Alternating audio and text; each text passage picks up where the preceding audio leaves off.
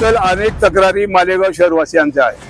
Mobile चोर, motorcycle चोर, सोनसाखळी चोर, बेकायदेशीर गुटखा विकणे, बेकायदेशीर गांजा विकणे, बेकायदेशीर सट्टा बिटिंग अशा अनेक समस्यावरती पोलीस प्रशासनाने कायद्याने काम केलं पाहिजे। पण कायदा सुव्यवस्थेच्या दृष्टिकोनातून पोलीस प्रशासन कुठेही काम करताना दिसत नाही। मंदिरांमध्ये चोऱ्या होत आहेत, मोठ्या प्रमाणात चोरांनी या मालेगाव शहरात धुमाकूळ घातला आहे। मग कायदा ही शिल्लक नाही का? कायदा नावाची वस्तू फक्त कागदावर आहे का? यांनी त्वरित त्याच्यावर कायदेशीर कारवाई केलं पाहिजे। आमचे देवालय सुरक्षित पाहिजे, आमच्या आया बहिणी सुरक्षित पाहिजे, मोबाईल हिसकवला नाही गेला पाहिजे, कटरने वार करून जो मोबाईल चोरी करतो त्याच्यावर कायदेशीर कारवाई झाली पाहिजे। एवढंच पोलीस प्रशासनाला आमचं सांगणं आहे। राजनीति, आंदोलन, किसान, करप्शन, गरीबी, इन सभी मुद्दों पर आवाज उठाएगा अब तक न्यूज इंडिया।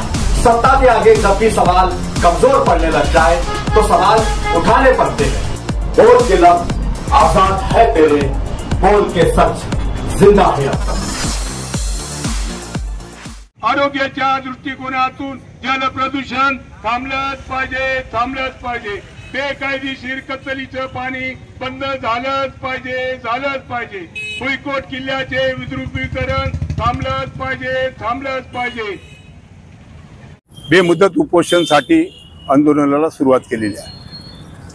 मालेगाव शहरातील आम जनता प्राप्त परिस्थितीवर समाधान मानत असते, पण त्या जनतेच्या जर काही समस्या असतील, त्या जनतेच्या काही मागण्या असतील, त्या शासनाने त्याची दखल न घेतल्यामुळे आम्हाला आज हा बेमुदत उपोषणाचा मार्ग स्वीकारावा लागला। दिनांक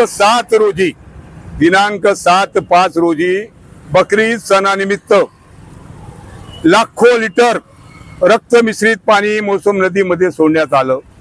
त्या टायमाला आम्ही आंदोलन केलं होतं, एकमेव पूर्ण मालेगाव शहर साक्षीदार आहे। त्याची दखल सन्माननीय जिल्हाधिकारी साहेबांनी घेतली आणि 17 तारखेला मंगळवार रोजी नाशिक येथे मीटिंग आयोजित केली।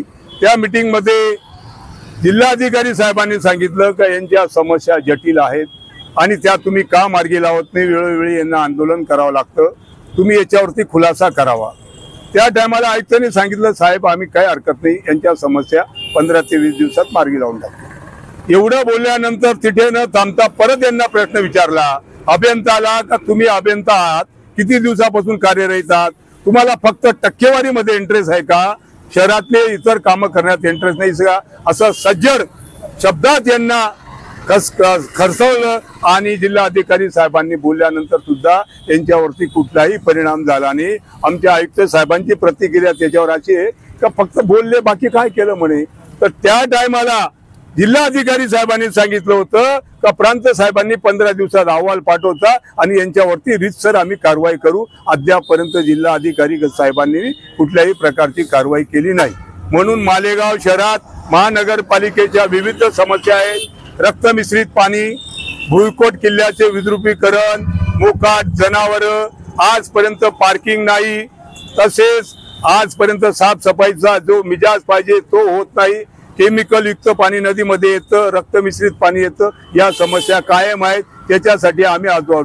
त्याचबरोबर पोलीस प्रशासनाला सुद्धा आम्ही आमच्या माध्यमातून सांगू येतो, आमच्या समस्या मांडतो का आमच्या आया बहिणी सुरक्षित नाही, आमचे देवालय सुरक्षित नाही। आया बहिणी जर रस्त्याने जातात तर त्यांच्यावरती सोनसाखळी म्हणून चोर आघात करतो आणि गळ्यातून हिसकून घेतो।